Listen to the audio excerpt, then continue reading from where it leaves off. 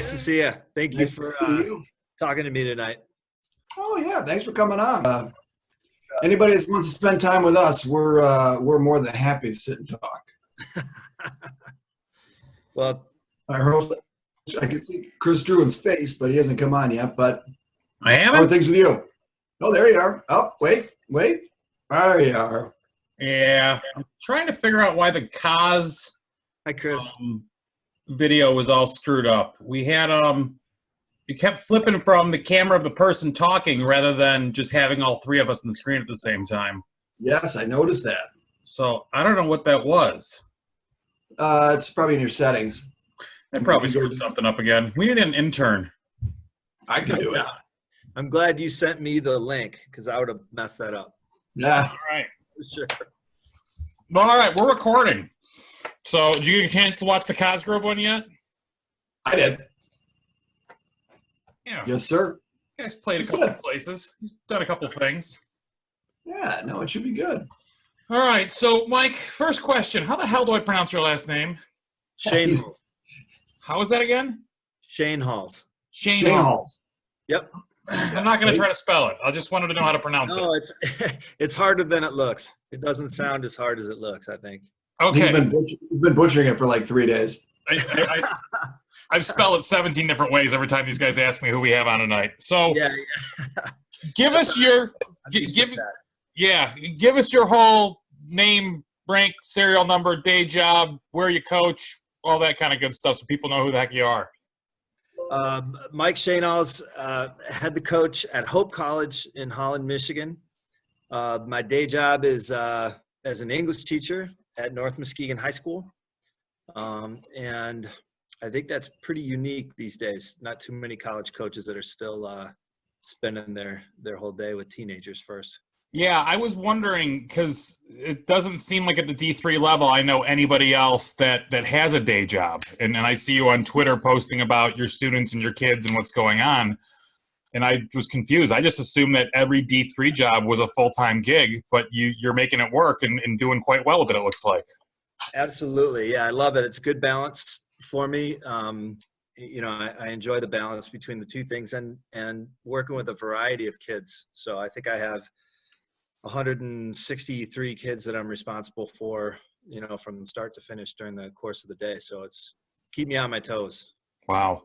Is there any goofy NCAA stuff about you can't recruit your own students or you can't interact with them? Have you come across anything like that, or do they just kind of go, whatever, deal with it?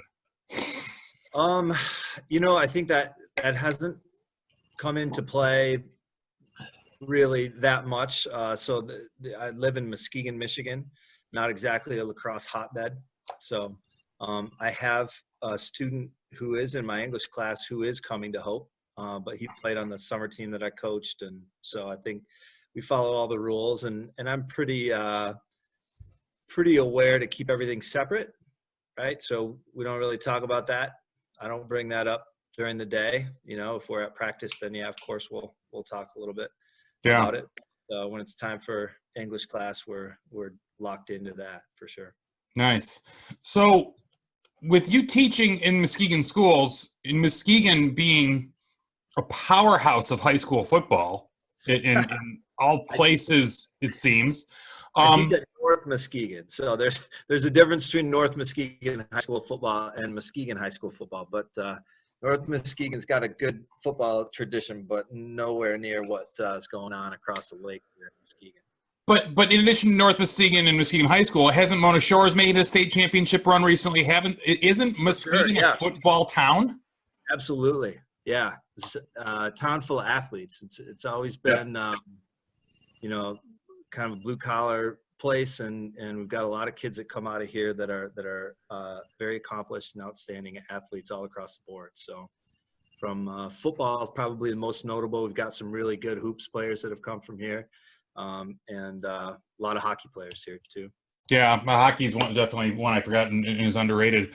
But the reason I ask is that, and I don't know Muskegon geography and civics as well as I know Oakland County. Right. How many high schools in town? Are there suburban schools around there, or is it just kind of the city and then farmland? Like what's kind of the high school breakdown? How many high schools and what's kind of the it gets to rural pretty quickly, right? We're in North Muskegon. Across Muskegon Lake is Muskegon High School. A little bit to the east is Muskegon Heights. A little bit to the south of Muskegon High School is Mona Shores. All right, and then you cross the bridge and go into Spring Lake and Grand Haven. okay? If you keep going south from Mona Shores, and then there's Holland, West Ottawa, and all the Holland schools. If you go south. So if you keep going east, there's Orchard View and Oak Ridge and Ravenna and a whole bunch of other little smaller schools that are in North Muskegon's conference. Football powerhouses, though. Oak Ridge has won a bunch of state titles, and Ravenna has as well. And so it's been a while since North Muskegon won one. I think 71. So Okay. How recently did lacrosse kind of get rolling in Muskegon?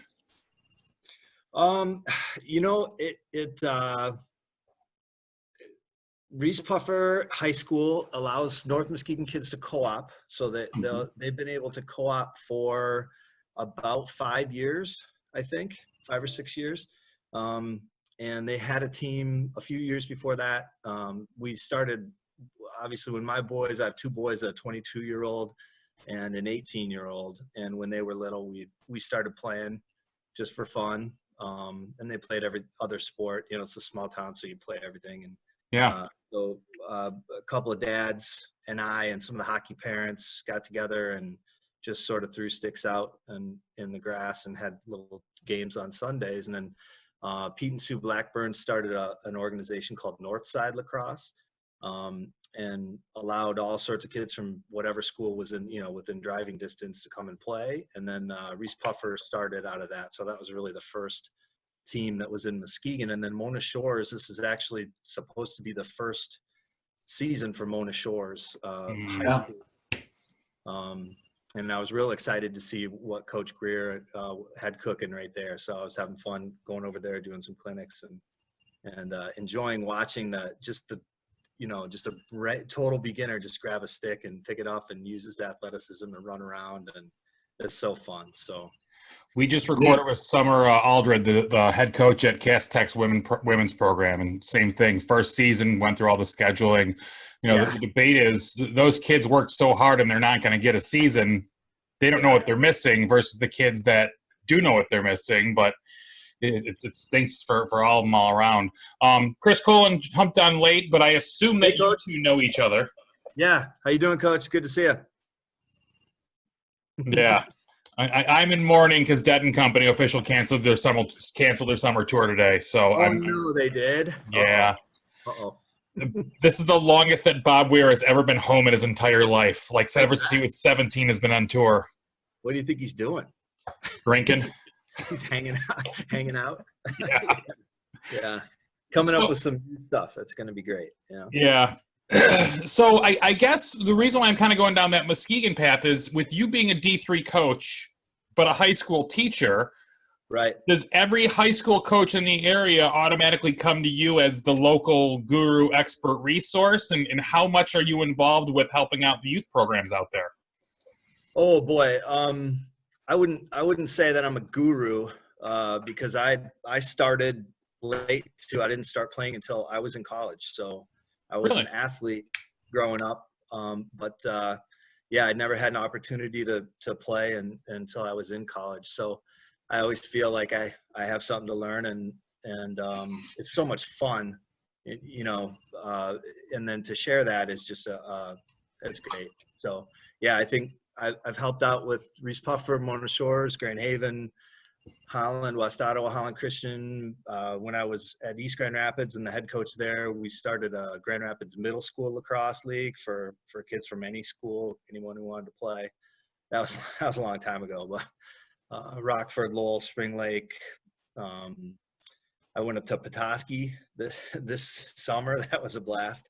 Wow. So I've really enjoyed, especially it's fun to see it grow on this side of the state. So when I started coaching in the early 90s, it was a long bus ride to go play anybody that we could, find other than Forest Hill Central. It was East Grand Rapids and Forest Hill Central. So, it's pretty cool to see it close to home, or relatively close to home. So, and then I'm a Mona Shores high school graduate, so I was really excited to see them play their first season in the this year. So that was going to be really cool. But we'll be fired up for that next year.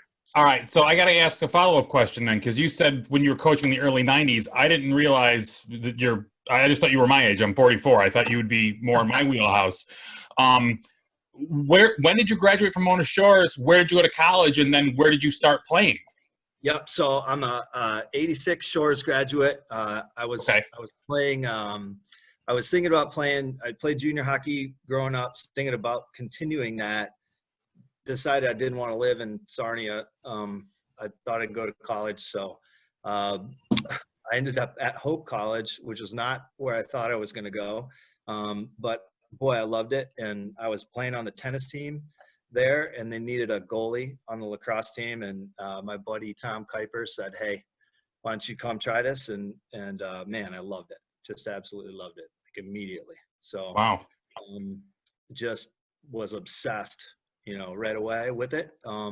Luckily, played for a few years there, and then luckily got the head coaching job at East Grand Rapids while I was finishing up school, and that was a treat. Just a really great group of people, and Rick Morris and Jay Aarons hired me, and I was in the dorm, and they called me, and it's like an official interview type scenario. And I'm like, oh yeah, it's absolutely, I'll be right there. It was Still great. be right there.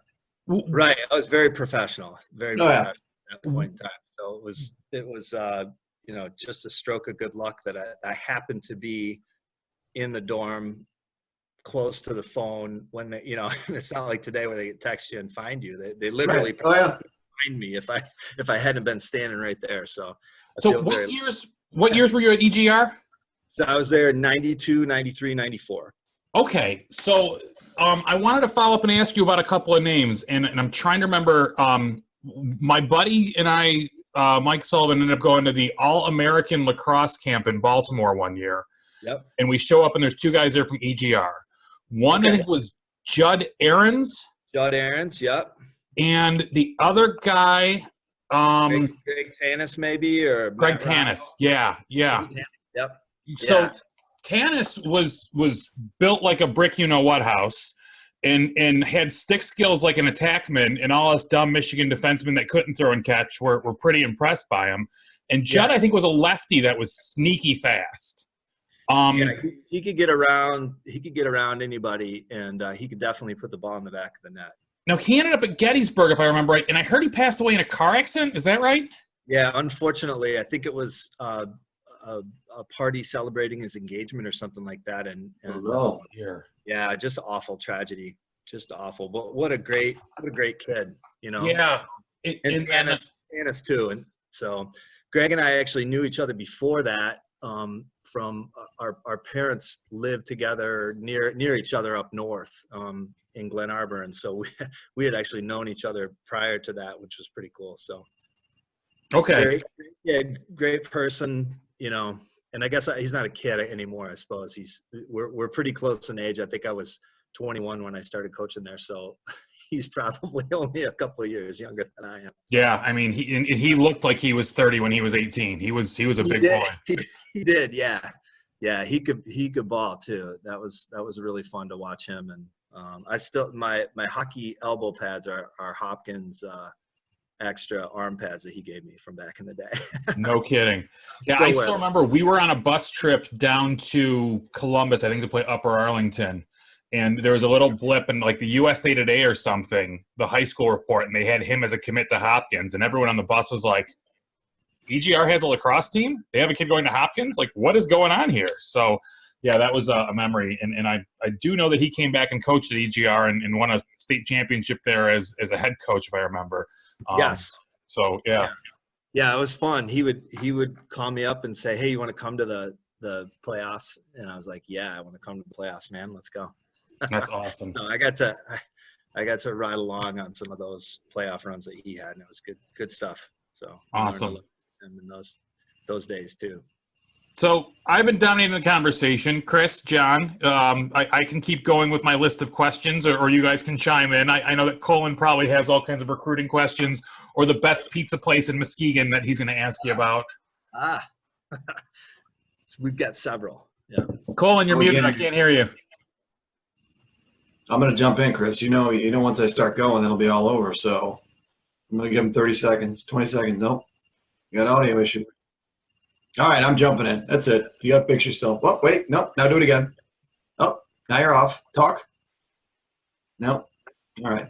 That's bad. All right. So, Coach, so I graduated from Albion. So I went to Albion College. I was a 92 grad from Albion. Excellent. So we played against each other probably. Yeah. I didn't play. I was a basketball kid. I actually grew up in Big Rapids, Michigan. So yep. I knew Muskegon. We used to come over there and play baseball when I was a kid and play basketball when I was a kid too. My mom shipped me down here and went to Brother Rice. But, I remember Albion back then, really, cross team would play Western and things like that too. And I actually had I was sports editor of the school newspaper too. So Losey's Locker Room was my big column. Yeah. But, as you take a look at, really Division III, and I think it's Division III as a whole, as we sit here today, I think it's just great. I mean, I see some of these kids that are going to good schools like Hope and Albion and Olivet and down the line that just want to continue to for the love of the game, so I pitch it to you. I mean, when you're taking a look at it's got to be a little more difficult for you from a recruiting standpoint. What are you looking for when you're taking a look at kids, and what's your typical recruiting, kind of as you go through your lists?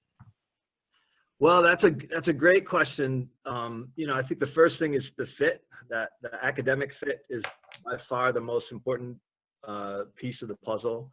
There are a lot of good lacrosse players out there, and we're lucky that sport has grown. And I've been fortunate to watch it, especially in Michigan and in West Michigan, grow to the point where we can recruit more here. We don't have to travel quite as much. We have a roster that's really mostly Michigan kids, some kids from surrounding states, and then we've got some kids from here or there, sometimes from Florida or Colorado or Connecticut or something like that. But we're lucky. We've got these kids that have grown up with a stick in their hand, and so it's a little easier to recruit. And then I've been fortunate. I go to a ton of games. Right. So I said at the beginning, I've got young boys. And so I've seen for the last, 8 years or something like that, I've seen game after game after game after game after game. And yeah, some of them are great and some of them are just really bad games. But there's probably someone, on the field that's athletic enough to come and play. And they'll work hard and they'll grow. That's another key thing is I want people that aren't done.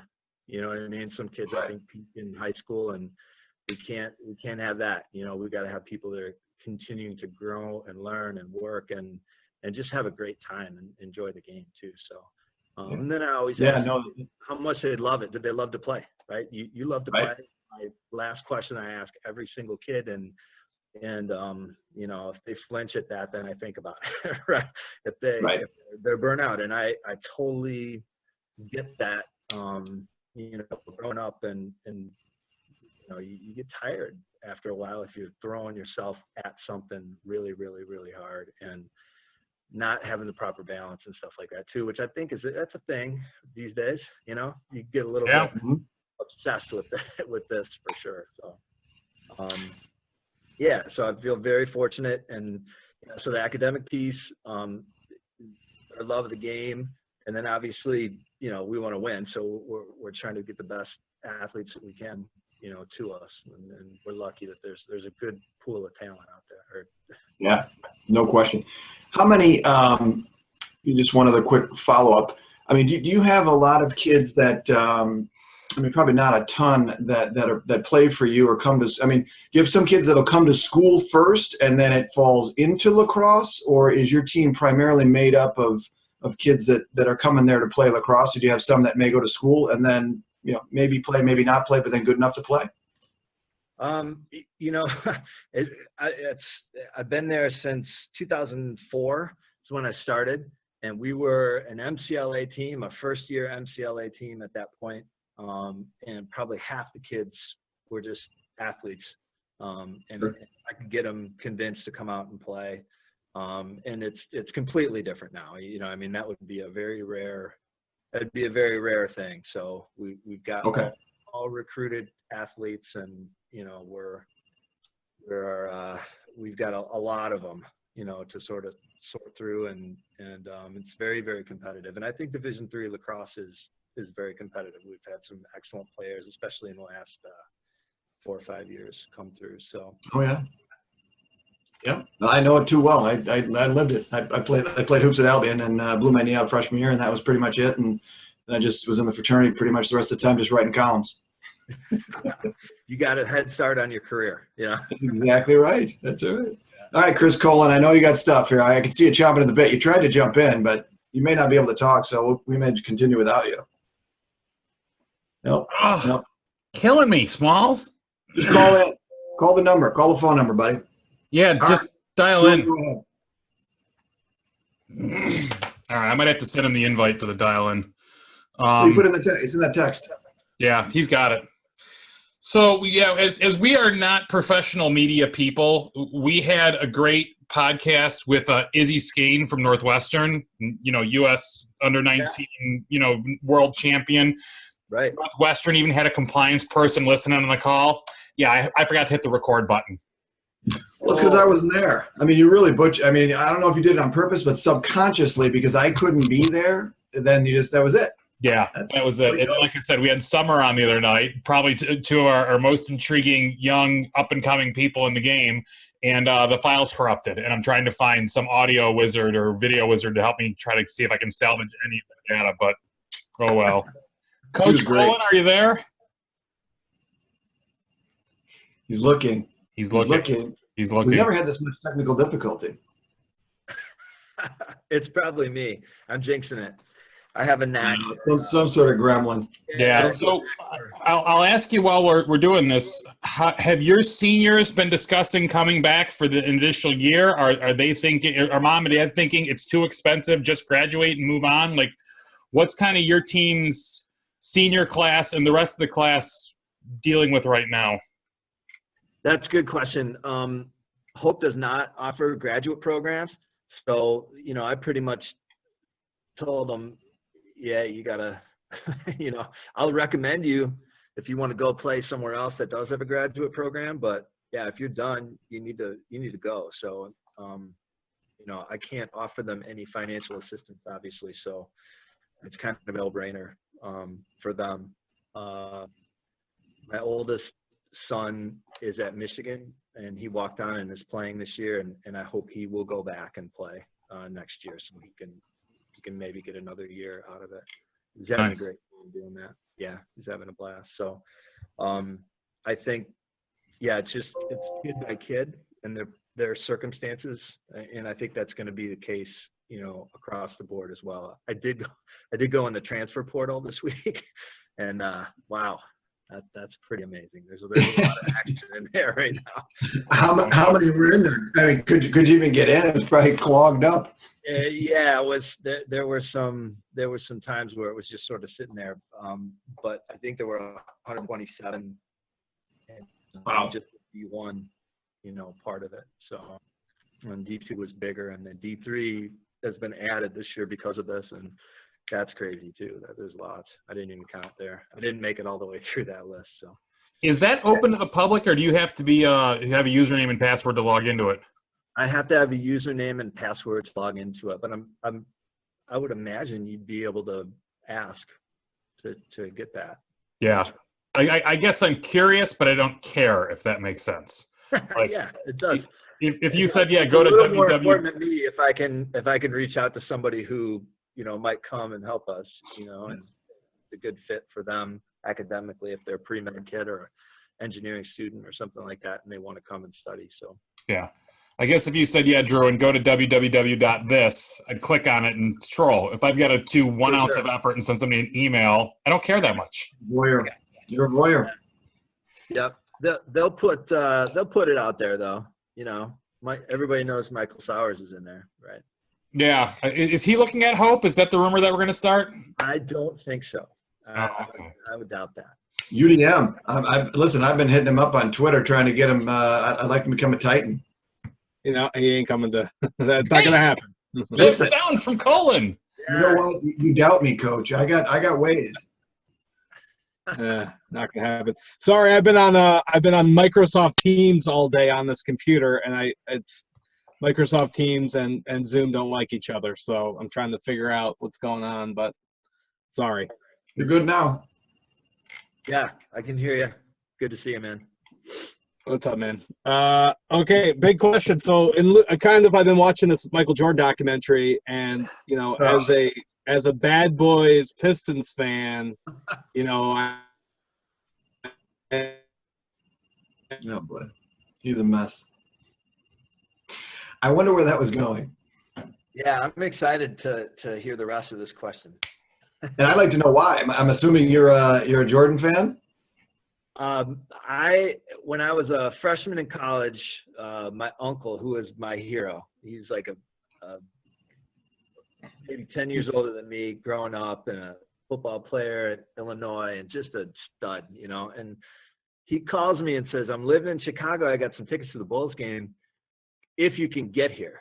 You know, so Right. we don't have a car or anything, but there's a train that goes from Holland to Chicago. So my buddy and I got on the train and we went down there and we watched them, and it was just amazing, you know. So Yeah. it was pretty cool. So yeah, I'm a Jordan fan, for sure, just because of that experience, and also greatly respect his. Oh, cool. All right.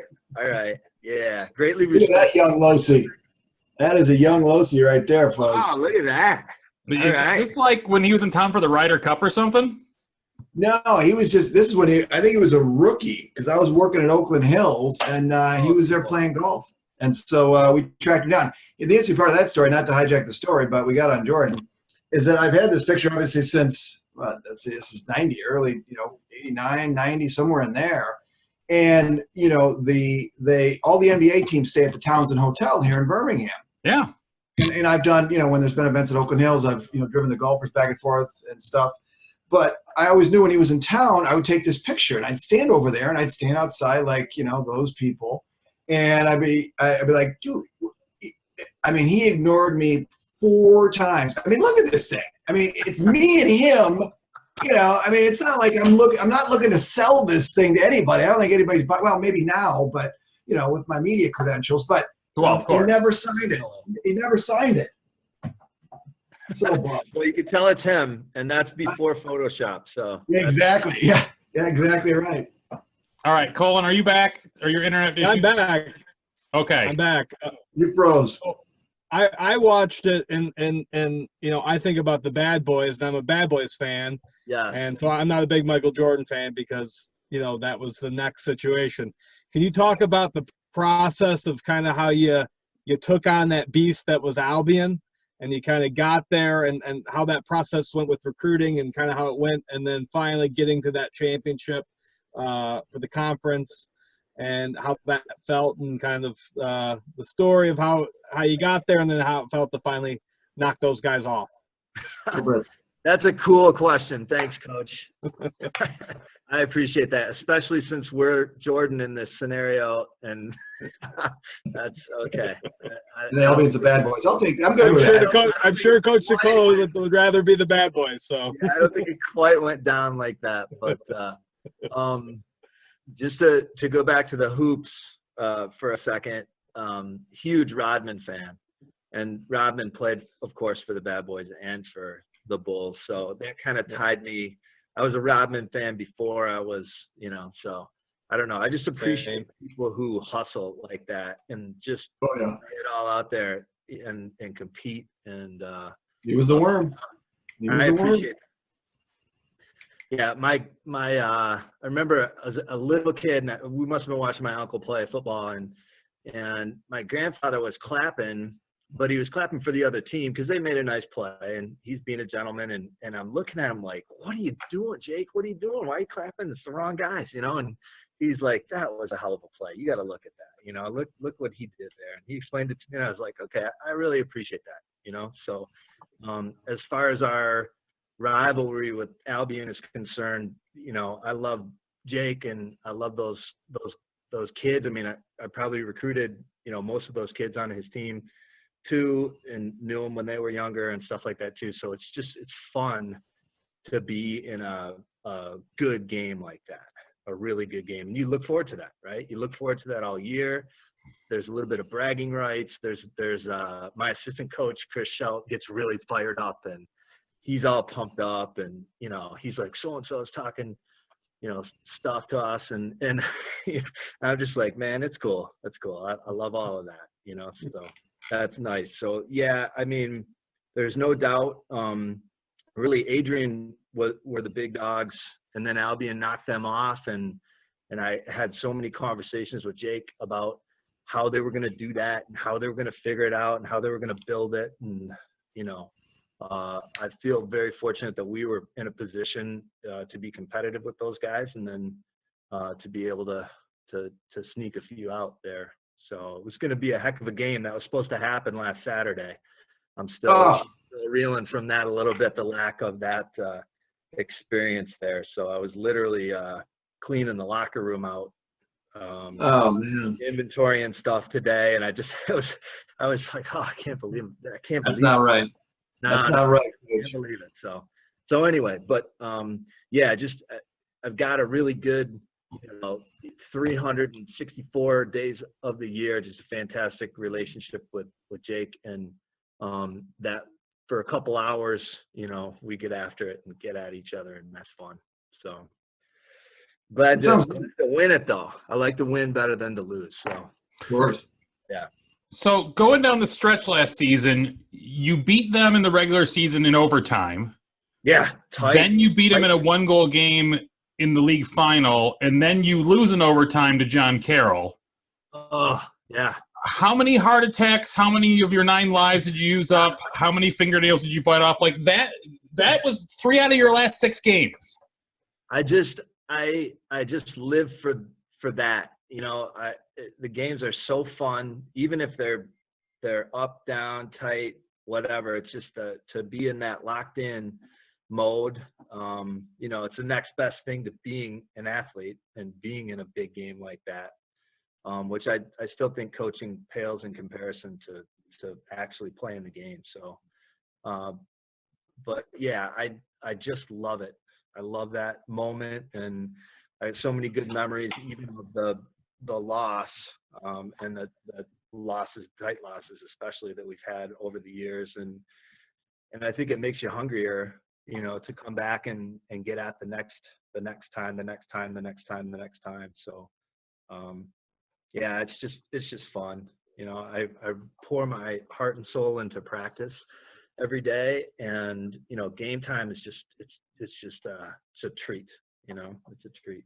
So, but yeah, I would prefer to win by 10 if possible, especially as the O coordinator. But yeah, that's not always possible. So we'll take it any way we can get it. And we're really lucky to have a tight, tough group of defensemen, midfielders, goaltending, and we had a really nice just group of people that knuckled down and bailed us out when we did, maybe not so smart things with the ball, lost possession, stuff like that. And we had some big goals from, the last goal to win the title in the playoffs was a long pole. It was our LSM, Braden Blackburn. Really?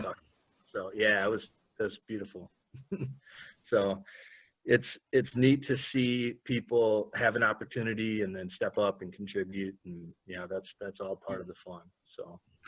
And talk a little about the MIAA. I mean, obviously, I knew it growing up, but it really. I mean, I remember back in the day, we'd road trip to Hope for basketball games, and it was just, just a zoo. I mean, on both sides, back and forth. And And Yeah. from afar, and I haven't gotten back to see an Albion game, lacrosse wise, which I've been meaning to do. It seems like, you and the coaches, as you talked about, that there's a real, there's a real fraternity. There's real camaraderie, and that, really the MIAA as a whole, it's like, hey, we're here, and we want everyone to do well, just not against us. Correct. Yeah. And I think the fact that, over half of our games are against out of conference opponents, right? It allows us to team up and, work together to try to beat, some common opponents maybe. And so, yeah, we have a lot more in common than we have, differences. So it's nice. And it's a really, really, really good group of people all across the league right now too. So some really talented young coaches, and everybody working really, really hard to advance their program and try to put the MIAA in good footing in terms of, in the national scene. We got some meat on the bone there, though. We got a little bit of work to do, so we got to keep getting better. And it seems like you guys all have support from all the administrations as well. Obviously with what's gone on this last year, you're starting to see some programs that are kind of dropping here and there, but it appears that, MIAA is solid, and you got backing from the administration across the board. Yeah, it's interesting. I have a new athletic director who's in charge of us, and the first lacrosse game she'd ever been to in her life was this year. Really? Home game this year, and she was like, that was really fun and exciting. That's cool. And like, yeah, this is great. So it's better than her going, what, I'm not really a fan of this. I don't like it. No. It's hard not to like it, and it's so exciting, and the support people and our fans, and there's just a really fun, electric atmosphere at our home games right now. Some wild people, and the opposing fans come in, and they're rowdy, and it's really I can't even imagine. Yeah, it's been really cool. So kind of that same sort of intensity of the basketball rivalries sort of spilling over into what we've got going on the lacrosse field too. But then you throw some sticks and violence in the mix, and it heats up fast. It's a recipe for for fun. Yep. Yeah, and it is exciting, and the kids are pumped about it too. So that makes it fun for all of our guys, and they look forward to that. And game day is a special day. So. Well, I love it because if it wasn't for the MIAA, most of us Michigan refs wouldn't get NCAA games. Right. Yeah, true. Or you'd be driving far. You'd be driving south for sure. Well, and the thing is, most of us would absolutely drive if we could get a game at an Oberlin or a Ohio Wesleyan or something like that, but we just don't get assigned to them. And at the D1 level, unless you're, deservedly so, Dana Friend, Brian Effinger, some of those few guys that would get a D1 game, a UDM game, they're shipping guys up from the East Coast, or they're shipping them up from Ohio for the D1 stuff. So, we love the MIAA because it gives us a chance to actually do some NCAA stuff. And don't get me wrong, we love the NAIA games, we love the MCLA games, we love the MHSAA games. But yeah, the MAIA, there's enough of those good rivalries and battles, or we've known the coaches for years, or whatever else that I can't speak for guys, the Bill Schmitz and Bob McCools of the world that have been doing those games forever. But yeah, it's those are some fun games that we get to go out and do. Yeah, we're grateful for seasoned officials, and it's nice to have people over and over and over and over again like that too. So it's some people, it's like, well, it's always the same guys, and then you go somewhere else and play. So we've been all around the country playing, and you're like, okay, well, I'll go back to our refs any day. Yeah. I think I've only done one of your games. I know I did your game at Alma last year. Last year, yep. Yeah, I think it's the only time I've ever had your games. Mm-hmm. Yeah, So, I remember meeting you there before the game. Oh, I was memorable, Coach. You hear that? Yeah, nice job. Yeah, Oh. I didn't yell at you too bad, did I? No, well, we were playing. It was you versus Alma. You think I noticed you at all? No. Yeah, we'll just leave that right there. Yeah. Well, I will leave that there. Unless we want to get yelled at on Twitter. Yeah. Let's just That's leave it cool. there, right? Yeah, I mean, it's all good. Thursday, our guest is going to be the legendary Bob Bowery. So Wonderful. I think he. Can you hear me still? yeah. Yeah. Okay. Sorry, I touched my computer, which was a mistake. But he reffed the first state championship game that we were in at East. Really? It was really cool. I'm trying to think of what game it was this year. It was this year. And I think we were playing Oberlin at University of Michigan Stadium. And he said, hey, I reffed that first championship game. And I was like, yeah, I remember that. Damn, we're old, That was a long time. Oh, yeah. Yeah, a long time ago. Well, I've been going through old shoeboxes finding pictures, and I've got, old Brother Ice games where Graham Adams is the official on the field. Yeah. I've got a tape of that my dad recorded on a VHS of us versus U of D. So it's me on one team, Mike Van Antwerp from U of D on the other team, Don Gay's his coach, and Bob Bowery's the ref on the game. Yeah. No, it's really neat to have been part of it even tangentially, over all these years, and to see how much it's grown and how cool it is. I was having a conversation with my wife the other day, and we were talking about not being able to go to our boys' games, but she's like, wow, who'd have thunk that because we were dating back in college when I picked up the game, actually, and she's like, yeah, who'd have thunk that this would have been our thing, you know what I mean? Pretty cool. Yeah, it's been. Speaking of your thing, can I go for my second question? Then I'm done. That's important to me. Absolutely. It's colon time. You can keep them coming, Coach. Keep 'em coming. Cranes in the city. Cranes in the city. You know what I'm talking about? Cranes in the city in Holland. Say again. I lost you. Have you ever been there? You're breaking Cranes up. in the city? Cranes in the city. Cranes in the city. Restaurant? No. You've not been there. Okay. No. I'm done with my questioning. Well, I don't live in Holland, so I still live They in. have a Monte Cristo. They have a Okay. Monte Cristo sandwich that's pretty darn good. So I gotta go to Cranes in the city. So where is it? Because I can. Yeah. I'll be there. Yeah. It's on 8th. It's on 8th, I think. Oh, you know what? It's a pie pantry or something like that, right? Cranes in the city. Yeah. I know exactly what you're talking about because we've been to. There's an actual farm where they make the pies, and it's in Fenville. And then I've driven over there to stop there on the way back to Chicago before. So I like pie. I know what you're talking about. I'll hit that up. Yeah, that's that's right. relatively new place though. Whenever I'm out west, that's where I stop.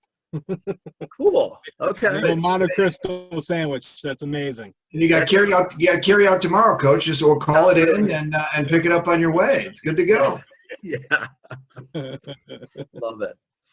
Here you go. Am I sharing my screen? Is this working? Yeah. Cranes Yep, in the okay. I'm on that. Yeah, I know right where that is. So Let's do the Monte Cristo. near the Cherry Republic. Yeah, look at that Monte Cristo. Not seeing it. Was it there? All right, that's we're going sideways. Go on up. that. On your tech skills all of a sudden too. That's impressive. Monte Cristo. Yeah. Look at that thing. The Look at city that thing. Cristo. It's called a city Cristo. Turkey provolone, apple slices, and honey mustard dressing toasted on our famous apple butter bread sprinkled with powdered sugar. Now I'm hungry. Now I'm hungry. That does Yep. sound pretty good. All right, Mike. So let me dig deeper in a little bit of this stuff.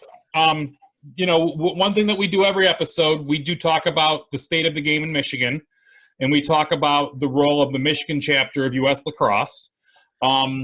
We are doing this as a friend-raising, per se, experiment. We don't ask anybody if they're a U.S. Lacrosse member. We don't ask if you know what you've done, who you are. We just want to talk to people about the game of lacrosse in Michigan, educate some people on some of the resources that are available, tell some history, have some laughs, do all that stuff.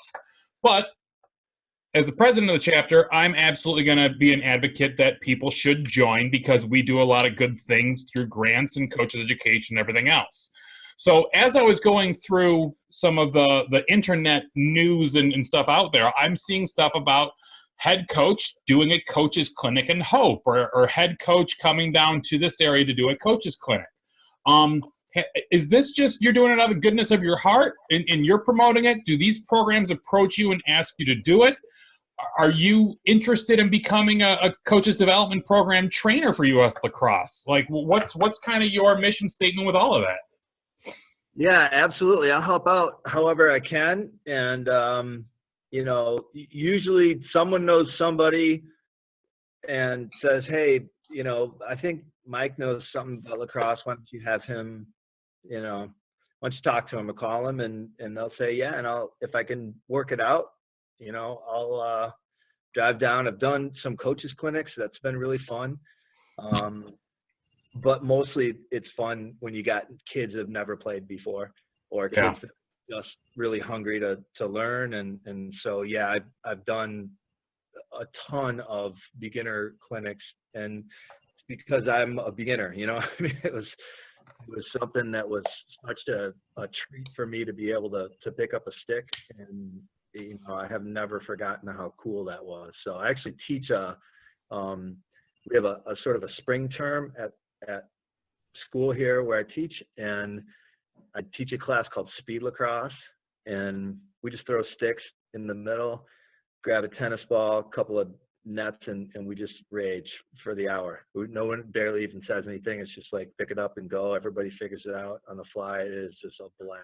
It's so Nice. So I've done all sorts of clinics, and the emphasis is have a good time and learn how to ball. So I would love to do that, and yeah, I got your back. Whatever you need me to do. Yeah, so we're trying to develop a lot of these committees right now, and actually I've got our inaugural marketing committee meeting on Thursday. I'm grabbing Mike Costello from All Lacrosse, Michigan, the man behind Mitten State Lax that we've got him to take the mask off, Jonathan Moore from up in Midland Grand Blanc area. Oh, cool. Okay. Yeah, we've got him. Craig McMichael from CC is going to help out, as well as Summer Aldred from Cass Tech. And there's a women's trainer from your side of the state named Kim Barber that is a graphic designer. So we've got that committee that we're going to get up and running. Nice. We're working on the legal committee. We're looking at all kinds of stuff. But one of the other conversations I had today was with our regional rep, Bryce Woodson, as well as our national training coordinator for the Coaches Development Program, Dara.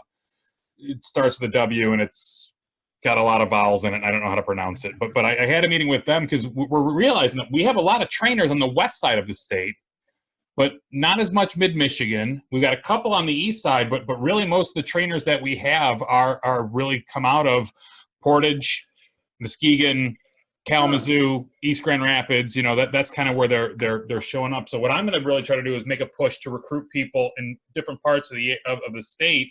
Would love to get a trainer up in Traverse City. Would love to get a trainer over in, you know, a couple in the Detroit area, a couple in the Lansing area, just so that we don't have to rely on out-of-state resources coming in, keep the costs down, and just plan these things in advance. If we know that we have a couple people in each town that we can go, we've got a gym, we're going to start publicizing it, it's 6 months out, go, you know, we'll be a lot better off. So I definitely, if you are interested in doing this, I might pass your name to Dara to see if she can get you an official trainer for the Coaches Development Program.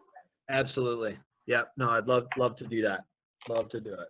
Thanks. So within your role in lacrosse, you wear a lot of hats. Division III NCAA coach, former high school coach, high school consultant, you know, all that kind of stuff. And you're also involved in the travel scene with West Michigan Lacrosse? Yeah. So I got into it because my son had no place to play. Our school didn't offer it, and that was before the adjacent school, Reese Buffer, even offered it. And so we started, I actually asked John Paul, I said, all right, if you had your kid, who would you have your kid play for? And he told me, well, you guys are kind of close to Grand Rapids. You probably should play with Heat Lacrosse, and Tony Quinn, which is who recommended that we talk. And yeah, so I got a hold of them, and they were fantastic to us just as a family. Both of my sons played there, and you know, just a wonderful experience. And so Nick was played football and basketball and baseball and tennis and everything, and then we'd play summer lacrosse, and that was just a thing. So he got to meet a whole bunch of people from all over Grand Rapids and some other areas too, and it was a great experience for him. And so really fortunate to have made their acquaintance. And then I coached a little bit with Rick Mulleroni in the Shamrocks when Nick was older. He played with those guys a little bit, and then I coached with West Side, which is Merle Greer's program, which is out of Holland, Michigan. So that's pretty cool too. And he's Mona Shores High School's head coach as well. So yeah. And then I'm a free agent. You know, I would much rather coach than sit in a lawn chair on the side with a notebook. So yeah, any team I can jump on and help. Wait, if you're a parent, you don't have a notebook. You have a red Solo cup full of Bloody Marys, I thought. I do not. No, that would be my wife. She'd need to go, being the mom of a goalie, she'd need to go sit on a cooler with Patrick Clay, you know, Bryce Clay's dad. Andrew Clay is Nick's age, and so she'd go sit on the cooler with Patrick, and they would figure out how to solve all the problems of the world over there. Yeah, solve the world's problems one goalie save at a time. Yeah, I mean, a goalie's mom, that's a rule. I mean, it's an unwritten rule, but I mean, you know, cocktails or whatever hour when you're a goalie, you know, a mom of a goalie, that's a given. For sure. Yeah. So he actually played attack in high school for his high school team, and then played goalie all summer. So we figured out it was a lot more fun to watch him score goals than get scored on. But he ended up and get pelted. hurts a lot less too. Yeah. For sure. Yeah. So I guess I'm going to set you up for this question as you are allowed to say, Chris, I don't want to answer that, or Chris, I'm not the right person. But so as a coach that does recruiting, that is involved in these tournaments and these circuits and everything, yeah. And somebody that's been involved with multiple travel teams as a dad and as a coach. Right. And I say this from a point of non-judgmental. I mean, you want to go down the list of all the travel teams in the state. I'm friends with Trent Gaffner from Armance. I'm friends with Jake over at Cherries. I'm friends with Omnia and DCAT. I'm not playing favorites or judging, and I'm letting you know the women's club coaches as well. But that seems to be where there's a lot of the gossip, tension, talk about what needs to be fixed in lacrosse is the travel scene. If you had a kind of a magic wand, what would be a couple of things that you would either want people to know or want things to change how we're dealing with travel, either here in Michigan, specifically here in Michigan, or just around the world? Wow. Awesome question. So I have a younger sister, and her daughters play in Chicago. And her oldest is a senior this year. She's going to play at Arizona State. And they've been through talk about like invested in this, right? So my boys have been able to play because I'm coaching. Yeah, come on, let's go play. And it's no big deal. And we're having fun. And it's just an opportunity for us to go play ball. It's not the most dramatic thing in the world. And there's obviously a lot of stuff that goes on around it. I think that's mostly the adults, you know, the kids, even the older kids, they're playing lacrosse to have fun, you know? And so at the end of the day, is it worth it? Cause I know my sister's put a significant investment in all the travel and all the different stuff. Cheap. She's been all over the place, you know? And, I asked her, I'm like, were you having fun? You know? And yeah. Right. So now that my oldest he's back in our house now, but he was gone. Right.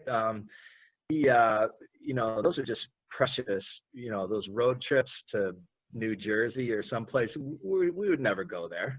Yeah. Like, why would we ever leave in the summertime, leave where we live, right between you know, the beach and everything like that, to go to New Jersey? There's Lake Michigan, then no way. But we would do it to go play lacrosse, you know what I mean? So we would 100% do it, and we'd do it again. And so that's just very special to have that time with your kids, you know? So I still think there's going to be that opportunity for people. And one of my buddies that I came up playing with, Pablo Pesquera, was coaching a summer team because I got him roped into that. I'm like, hey, man, you should coach these guys, these little guys, And he goes, this is so cool, Mike.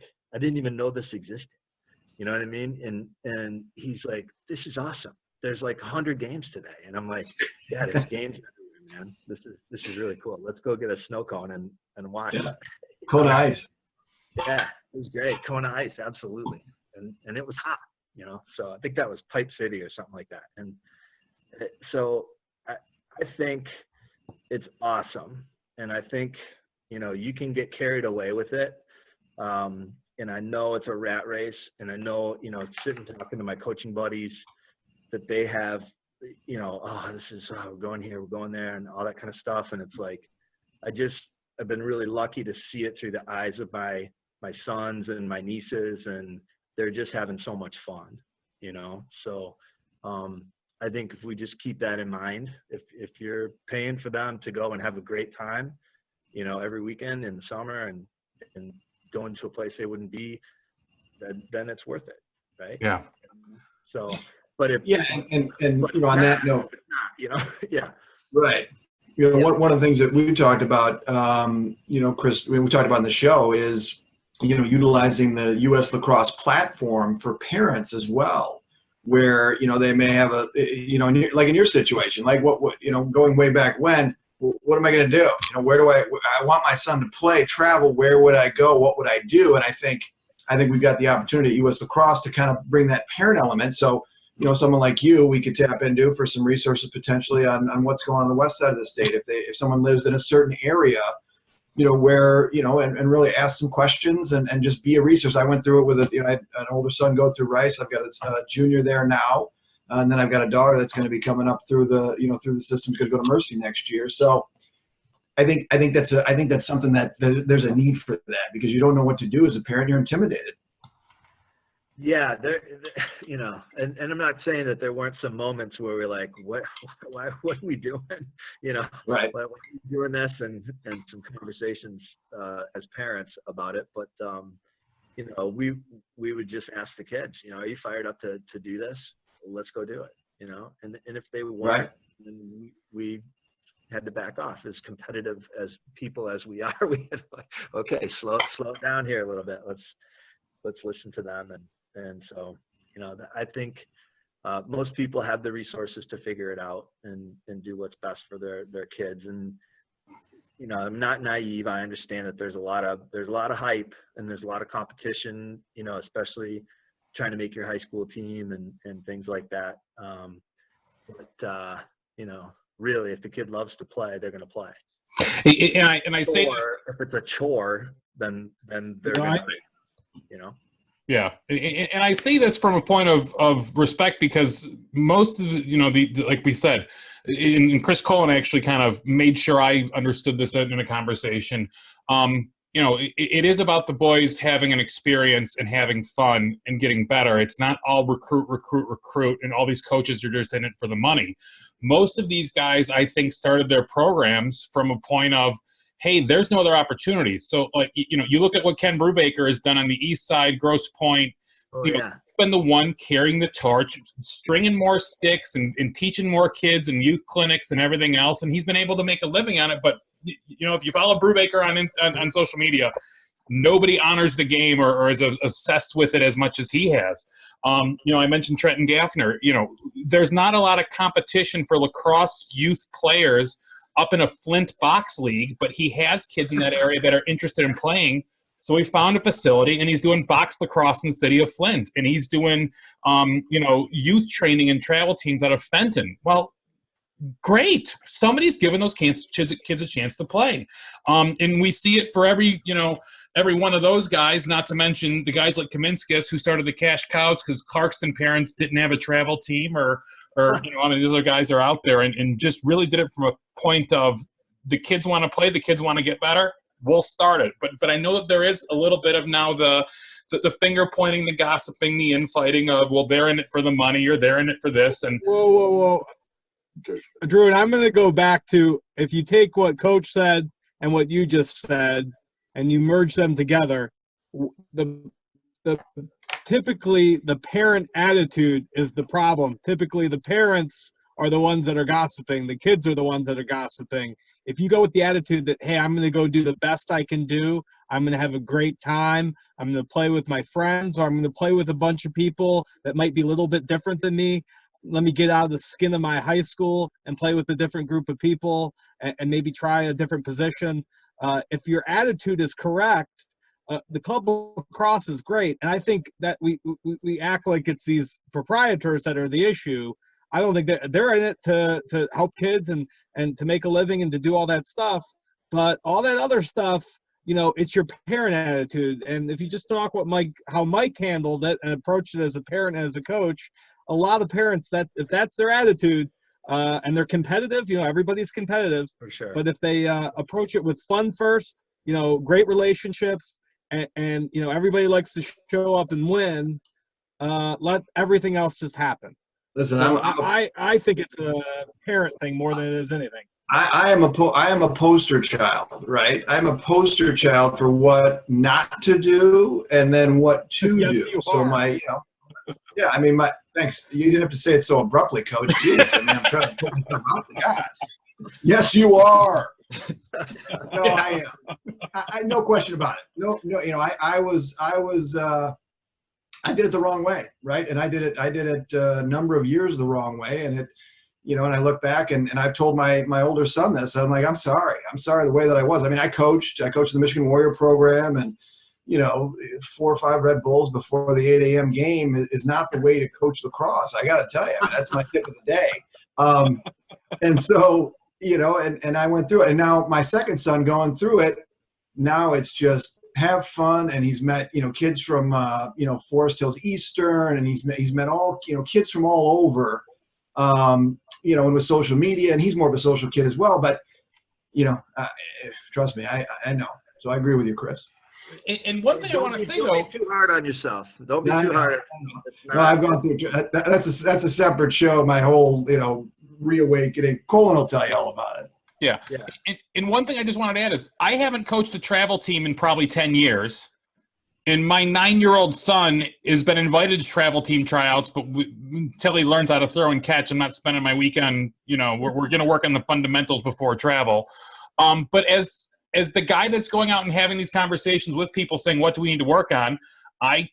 Travel is a topic that comes up. And, you know, I do hear from people when I say we should get this person involved in the committee, and somebody looks at me like they smelled a fart and goes, oh, well, I heard his team. You know, I'm not the one out there starting these or spreading well, I guess I'm spreading them in some cases as I'm bringing this up, but I'm not the one out there actually talking trash from experience, because like I said, I know all of these guys, and whether I know them from, I coached with them, I played with them, I'm friends with them, I've coached I've reffed their games. We all get along pretty well, and I'm not playing favorites or picking fights. You know, like I said,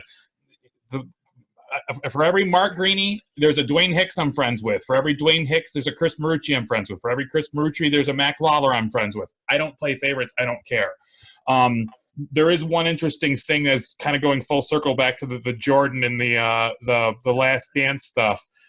Doug Jolly had a Facebook post, if you guys remember Doug.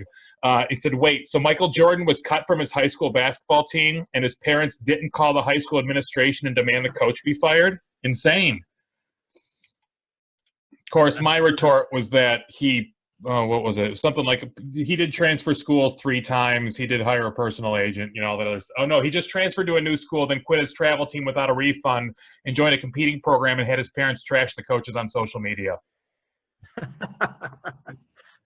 You know, one thing I want to ask Mike, you know, in kind of bringing this all in context, right? We talk about, you know, club and this and that and the other thing.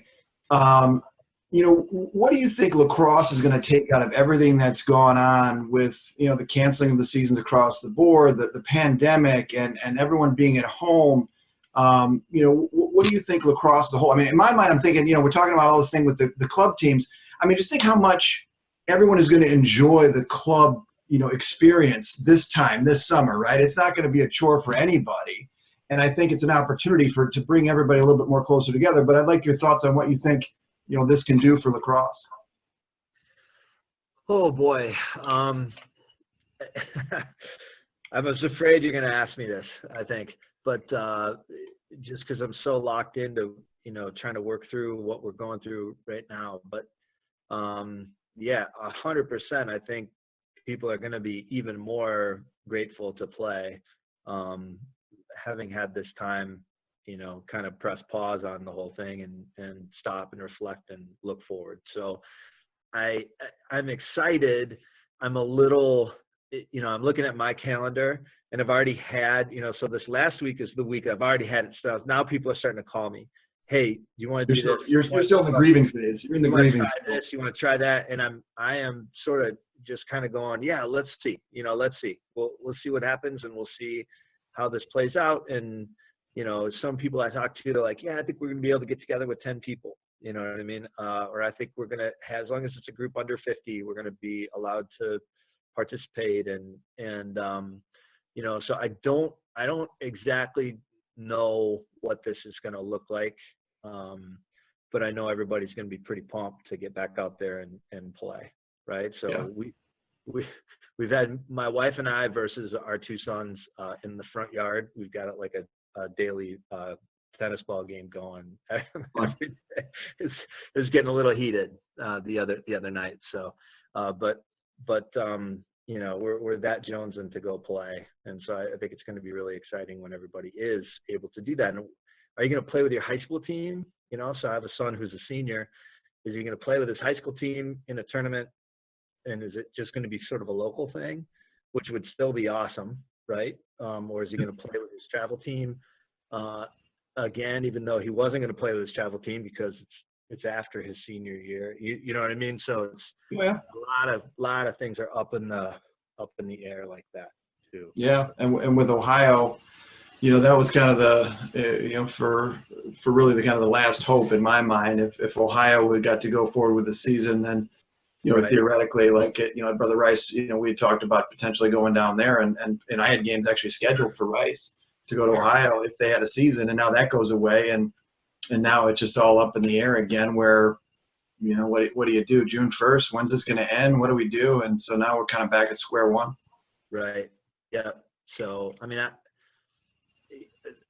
was on a IMLCA call the other day, and they were talking about what are we going to do with August? Are we going to relax some of the things in August so there can be more events there? And as an old football coach, I'm like, August, man, that's football season. Pumping up. So yeah, I'm a little nervous about it creeping over into other parts of these kids' lives. Just looking at their whole school experience and things like that. But I think it's going to be more important than ever for the parents to take control and sort of say, yes, that's a good idea. Why don't you do that? Or no, that's just too much. You know what I mean? You got this, you got that, you got this.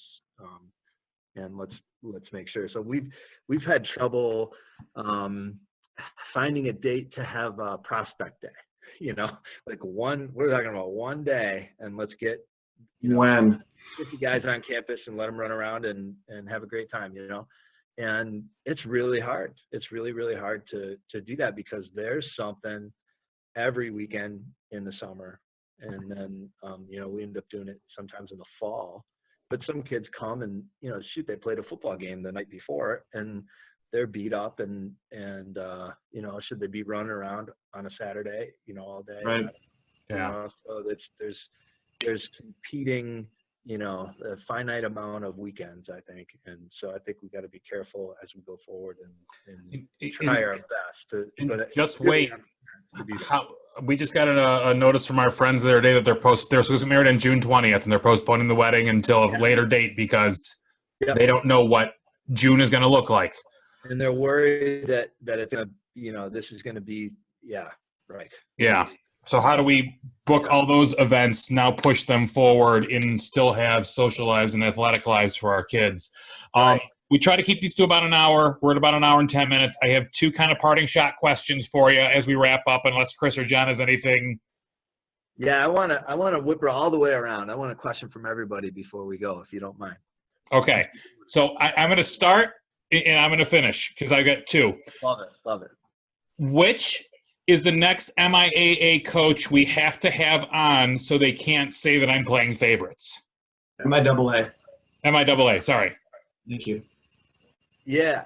I think you should talk to my assistant coach, Chris Schell. Not because I'm bagging on any of the other MIAA coaches, but this guy is a character, and he will have a lot of things to say to you. So. I thought for sure you'd say Jake DeCola or Carl Zimmerman, but okay. No, I mean, you know what I think would be super cool? I think you should have all of us on and do this whole Zoom thing with all of us and just hit us all at once, man. That'd be awesome. Roundtable. MIAA Coaches Forum or something like that. That'd be super cool because that's a really interesting, I haven't been in Baltimore at the convention with all these guys. That'd be a really interesting conversation, especially at 9 o'clock at night. Ground rules, they can't yell at me the entire call, okay? I'm not wearing stripes. I'll moderate. I'll kick The Cola's just going to talk over everybody. Dude, listen, you got control on the Zoom, buddy. You got control. I'll just mute people. Yeah, you'll be able to see everybody else's faces though while that's happening, so it'll balance itself out. Right. I will get with you offline to try to make this happen, but Sure. I don't know if there's going to be compliance issues or league issues or if it's a conflict of interest if I'm there. But it sounds like a cool idea. I think. And if he can't do it, I'll do it. Yeah, It's a cool group of people. Yeah. Losi and Colin, we'll put together a couple of kind of pre-prepared questions that the coaches know that we're going to ask them to get their take on something involved in shot clock, recruiting, something. It'll be like a debate. I'll just mute everybody, and then I'll just call on somebody when I want to, and I'll unmute them. They'll be the only one to talk. Well, or it'll just be like a debate, and because you're the reigning champion, everyone's going to gang up on you. Exactly. I'll take it. Trust me. It's pretty much how I live my life. Yeah. Colin, you got a question for him? Colin? If you had to pick one, tennis or lacrosse, and you had to give one up, and you could only do one for the rest of your life, what would it be? Say, go back to the beginning because you were breaking up. Say if I had to pick one, what? Tennis or lacrosse? Tennis or lacrosse. Yeah. So my tennis story is I got burnt out. Right? So I was really happy to go back and play a team sport when I switched over to lacrosse in college. So I love playing tennis now still, but it would be lacrosse for sure. I would keep lacrosse, and yeah, that's my all-time favorite. So. Okay. Part two of that question. If we could set up a tennis match between you and Paul Cosgrove, would you let Losi broadcast it? Well, that'd be fun. Yeah, that'd be great. That'd be great. Maybe some doubles. Who else can we get? So Colin's a good player. Chris Colin, right down there. He's a tennis player. You was and Westernly me, ranked. We'll take on anybody else that you that you want. So you and me are. They have to have been on our podcast though. So that's the whole thing. It'll be the podcast championship. Dave Dixon. We got to get Dixon on. Dixon can play. Well, oh yeah, we got to have Dixon. Well, we can't put him on now because he's a tennis player. It's got to be somebody randomly that just evolves into a tennis player. Or just if we had him anyway, then okay. Gotcha. I mean, we're not getting Bjorn Borg on here. Good point. All right, Losi, what's your question? Then I got the final wrap up. Yes, sir. All right. When you've got a kid looking at your school and playing lacrosse there, or looking at say a Division II school or somewhere else, what's kind of your parting words to him, and really describing really the atmosphere and what it's going to be like to come and play lacrosse and go to school there? I guess I look at it so differently because I hang out with these kids all day. So I'm in a class of seniors. I have AP Lit kids and senior English kids all day long, and their lives, it's such a big decision in their life where they go to college, and playing a sport it's important. I love it. It factored heavily into the way I decided things, which is ridiculous, but that's a reality. So I'm very much temperate with, what are your options? right? So there's the whole money aspect of it. It's ridiculously expensive for kids to go to school today, and that has to be a factor, and that's way out of my control as a coach. And so, you know, I have to ask them the right questions to make sure that they have thought about it. You know what I mean? So a kid there's so much pressure on these kids to commit. Hey, you know, can I get an offer? You're a junior in high school. You haven't even taken the SAT yet. Yes, it'd be great if you came here and played lacrosse, but what about the college part? Have your parents filled out a FAFSA yet? Do you know what your expected family contribution is? You know, all these things that we as parents who have done this now, you know, we kind of get it. It's really different. So, you know, I need to make sure I ask them the right questions so that they've got their priorities straight, you know, and I want to talk to their parents too. You know what I mean? Because it's all well and good, but if they're not on the same page with what they want and what's good for them, then that's, you know, that can be an issue, you know, for sure, and put unnecessary and added stress on the kid's life, right? So I think, you know, if I tell a kid we really want you here with us, there's not a time limit on it other than the deposit date, which is coming up. It's May 1st. You know what I mean? So, in order to get to that point, we've got to spend some time with that kid. They've got to hang out with us. They've got to hang out not with the old gray-haired coach, but with the kids. Come on a visit, have an overnight, watch us scrimmage or play a game.